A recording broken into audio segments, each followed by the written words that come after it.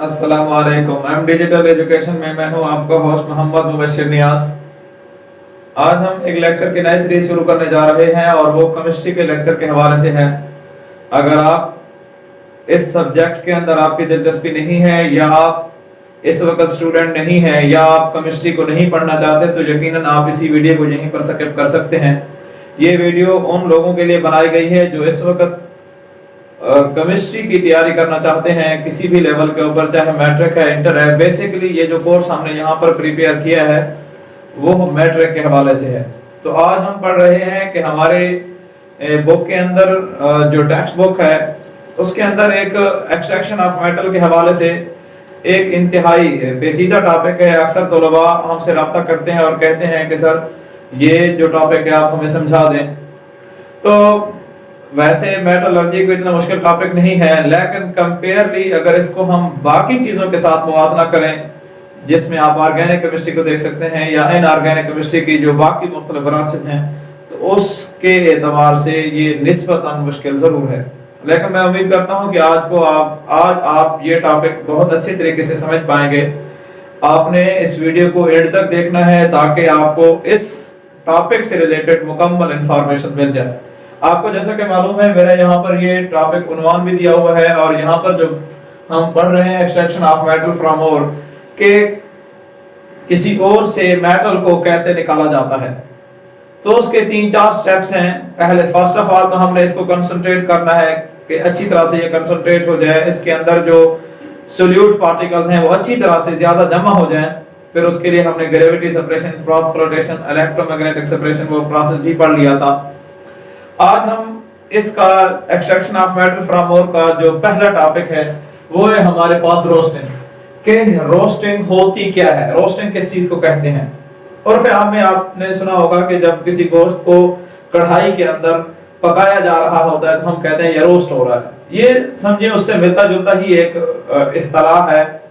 दर हकीकत यहाँ पर भी हम उसी कंसंट्रेटेड ओर को गर्म कर रहे होते हैं, हीट पहुंचा रहे होते हैं। It is process of heating. It is process of heating of concentrated ore. It is process of heating of concentrated ore in the presence of excess of air.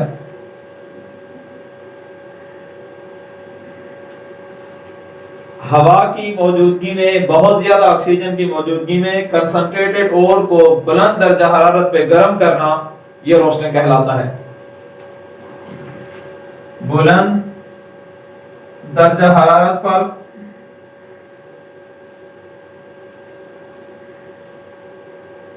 Concentrated ओर को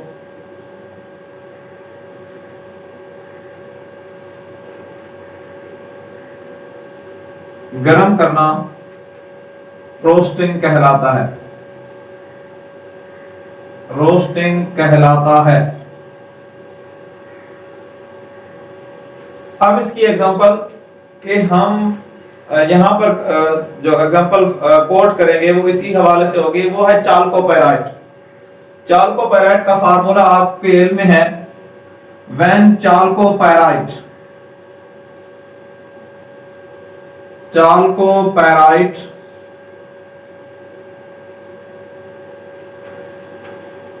is heated, it produces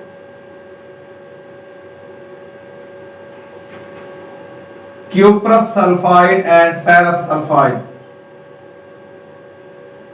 Cuprous sulfide and ferrous sulfide.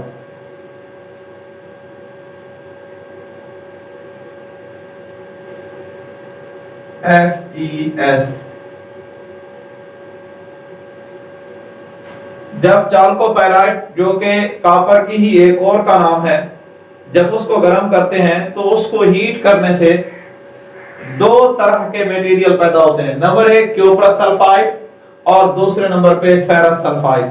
जबकि इसके साथ जो impurities हैं, यानी जो नाखालिस मादे हैं जिनका यहाँ पर हमें जरूरत जिनकी नहीं है, वो इम्प्योरिटीज वोलेटाइल ऑक्साइड की शक्ल में निकल जाती हैं, यहां से रिलीज हो जाती हैं। While impurities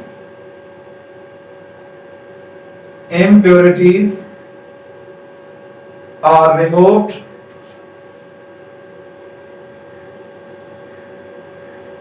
in the form of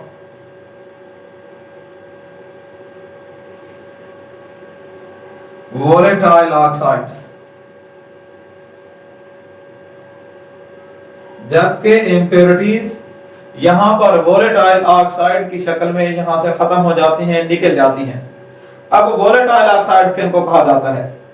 वो तमाम तरह ऑक्साइड्स जो फिजा के अंदर तहलील हो जाते हैं उनको वोलेटाइल ऑक्साइड्स कहा जाता है।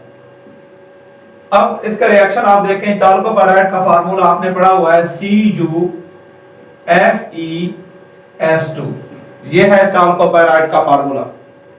इसको जब एक्सेस ऑफ एयर यानी ऑक्सीजन की मौजूदगी में जब इसको जलाते हैं, गर्म करते हैं, हीट करते हैं, तो इसकी हीटिंग के नतीजे में हमारे पास दो प्रोडक्ट पैदा होते हैं। नंबर एक क्यूप्रस सल्फाइड Cu2S और सेकंड नंबर पे फेरस सल्फाइड FeS और साथ सल्फर डाइऑक्साइड। ये इम्प्योरिटीज की शक्ल में, नाखालिस मादों की शक्ल में यहां से रिमूव हो जाती है, निकल जाती है। मुसावात को मुतवाजन करने के लिए यहाँ दो लगाते हैं और इस साइड पे भी दो लगा देते हैं। इस तरह हमारी ये मुसावात ऑलमोस्ट मुतवाजन हो जाती है। तो ये अब पहला स्टेप है रोस्टिंग का। इस रोस्टिंग के एक्सट्रैक्शन ऑफ मेटल में जो पहला स्टेप, अब यहाँ पर हमारी एक्सट्रैक्शन ऑफ मेटल यहाँ स्टॉप नहीं होगी, बल्कि ये मजीद आगे जाएगी। दूसरे नंबर पे हम इन्हीं क्यूप्रस सल्फाइड और फेरस सल्फाइड का मजीद रिएक्शन करेंगे और उस प्रोसेस को हम नाम देंगे स्मेल्टिंग का प्रोसेस। सेकंड स्टेप पे जो दूसरा मरहला है एक्सट्रैक्शन ऑफ मेटल फ्रॉम ओर से, वो है स्मेल्टिंग। पहले तो हम इसकी तारीफ पढ़ेंगे कि स्मेल्टिंग कहते किस चीज को है।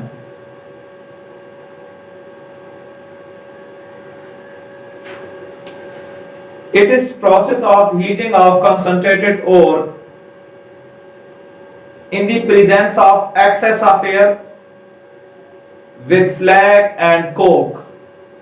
यानी आपके पास जो स्मेल्ट, जिस प्रोसेस के अंदर आपने ओर को वहां पहले से रोस्ट किया था, उसी रोस्टेड ओर को हवा की मौजूदगी में बुलंद दर्जा हरारत पे गर्म करना और इसके साथ यहां पर कोक और आयरन सिलिकेट का स्लैग, ये दोनों साथ शामिल करते हैं ताकि इस प्रोसेस के अंदर जो मजीद इम्प्योरिटीज हैं इस चाल्कोपेराइड के अंदर उनको निकाला जा सके। तो दर हकीकत एक्सट्रैक्शन ऑफ मेटल फ्रॉम ओर का जो प्रोसेस बुनियादी तौर पे भी यही है कि हमने मैक्सिमम हद तक यहां से इम्प्योरिटीज को निकालना है, नाखालिस मादों को यहां से रिमूव करना है। It is heating of roasted ore in the presence of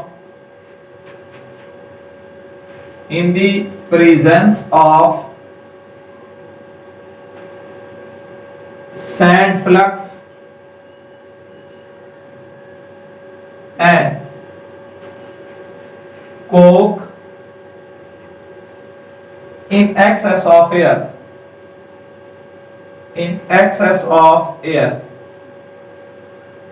हवा की मौजूदगी में रोस्टेड ओर को सैंड फ्लक्स और कोक की मौजूदगी में गर्म करना, ये स्मेल्टिंग कहलाता है। सैंड फ्लक्स और कोक की मौजूदगी में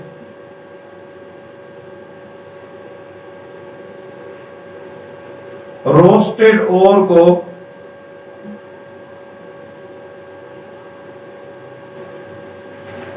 मजीद गर्म करना, स्मेल्टिंग कहलाता है। ये इसकी तारीफ है, स्मेल्टिंग कहलाता है। यानी सैंड फ्लक्स, दूसरे अल्फाज में कह सकते हैं मिट्टी का गारा होता है, वो इसके अंदर शामिल करते हैं। कोक भी शामिल किया जाता है। अब कोक क्यों शामिल करते हैं? इसलिए क्योंकि यहां पर हमें इस प्रोसेस को हीट देने की जरूरत होती है, इसके लिए कोक बतौर फ्यूल इस्तेमाल होता है। और इसी तरह रोस्टेड ओर को जब हवा की मौजूदगी में मजीद गर्म करते हैं तो इस अमल को स्मेल्टिंग कहा जाता है। दर हकीकत it is highly exothermic process, so small amount of coke is required in this process. It is highly exothermic process. It is highly exothermic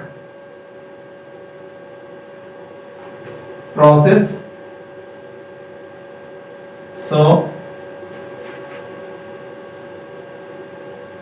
small amount of coke is required.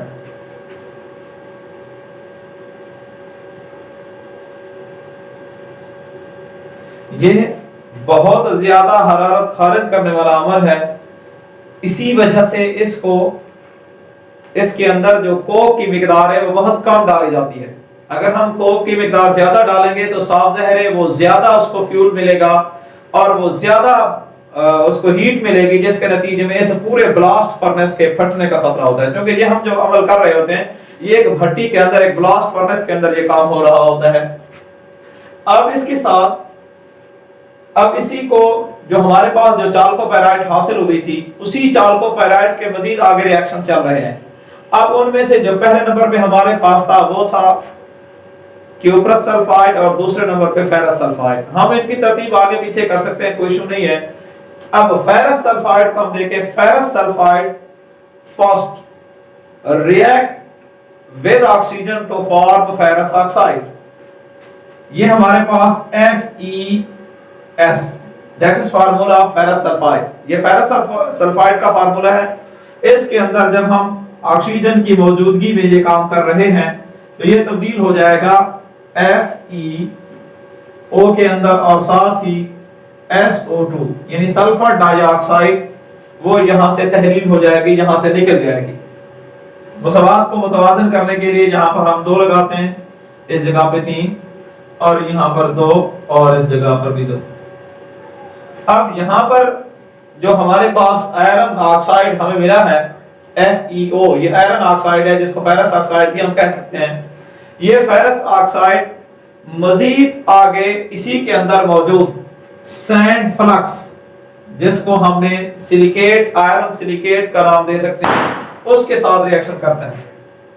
अब FeO plus SiO2, अगर आपको याद हो, आपने ये SiO2 का formula पढ़ा हुआ है, silicon dioxide, SiO2 silicon dioxide, और फिर आप में से रेत का फार्मूला भी कह सकते हैं। FeO जमा SiO2, जब इसके साथ रिएक्शन होगा तो इस रिएक्शन के नतीजे में यहां पर बनेगा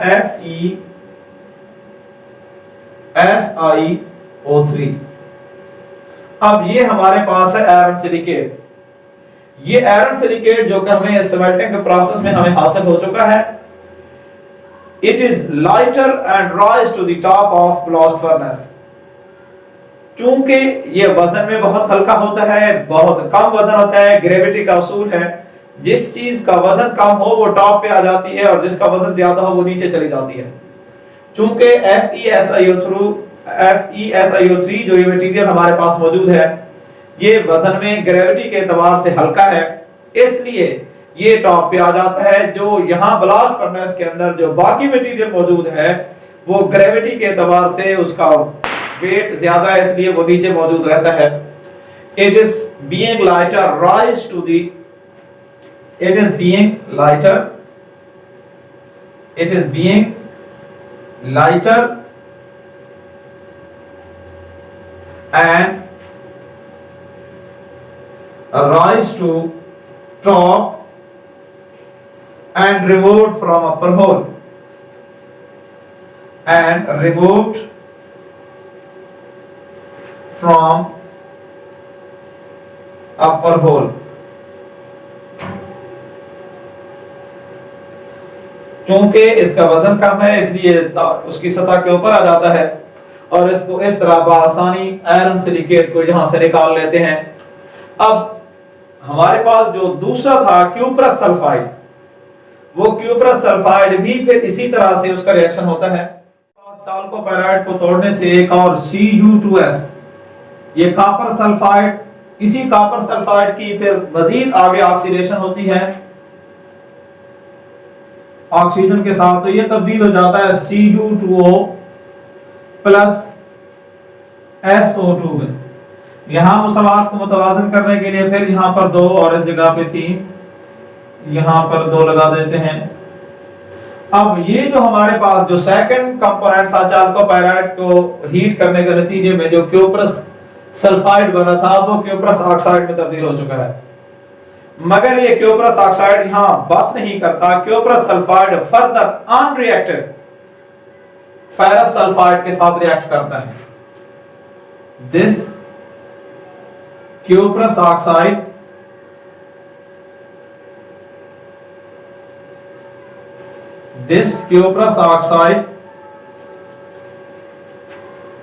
react with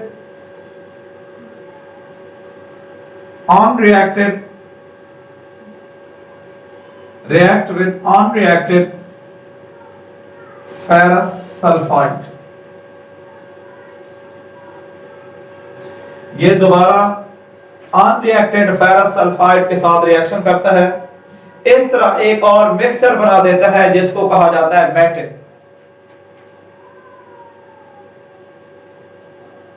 अब मेटे में कौन सी 2 चीजें होती हैं? इट इज मिक्सचर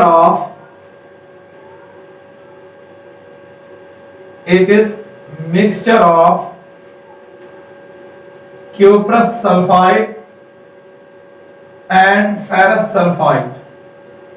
ये क्यूप्रस सल्फाइड और फेरस सल्फाइड का मिक्सचर होता है और ये चूंकि वजन में ज्यादा होता है, it is heavier and it is removed from lower hole of blast furnace. It is removed from lower hole of blast furnace. इसको ब्लास्ट फर्नेस के नीचे वाले सुराख से, लोअर होल से इसको निकाल लेते हैं। अब यहां पर इट कंटेन 45% प्योर कॉपर। दर हकीकत ये तमाम जो प्रोसेस कर रहे थे हम कॉपर और को खालिस बनाने के लिए कर रहे थे। अब यहां तक यानी स्मेल्टिंग के प्रोसेस को कंप्लीट होने के बाद जो हमारे पास और परसेंटेज उसकी हासिल हुई है उसकी प्योरिटी की, वो 45% है, but it is very less. We will have to go to 99% of pure copper. हमें 99.9% तक इस कॉपर को खालिस हद तक ले जाना है। तो उसके लिए फिर मजीद आगे बेसमराइजेशन है, रिफाइनिंग का प्रोसेस है। इंशाल्लाह फिर हम अगले आने वाले लेक्चर में इसको कवर अप करेंगे। अगर आपको इस हवाले से कोई आपको कंफ्यूजन बाकी है इस टॉपिक के हवाले से, तो आप यहाँ कमेंट बॉक्स में मुझे आगाह कर सकते हैं। अगर आपको ये वीडियो अच्छी लगे तो जरूर इसको लाइक और शेयर कीजिएगा ताकि दूसरे लोगों तक भी ये आवाज पहुंच सके। अल्लाह हाफिज, थैंक्स फॉर वॉचिंग।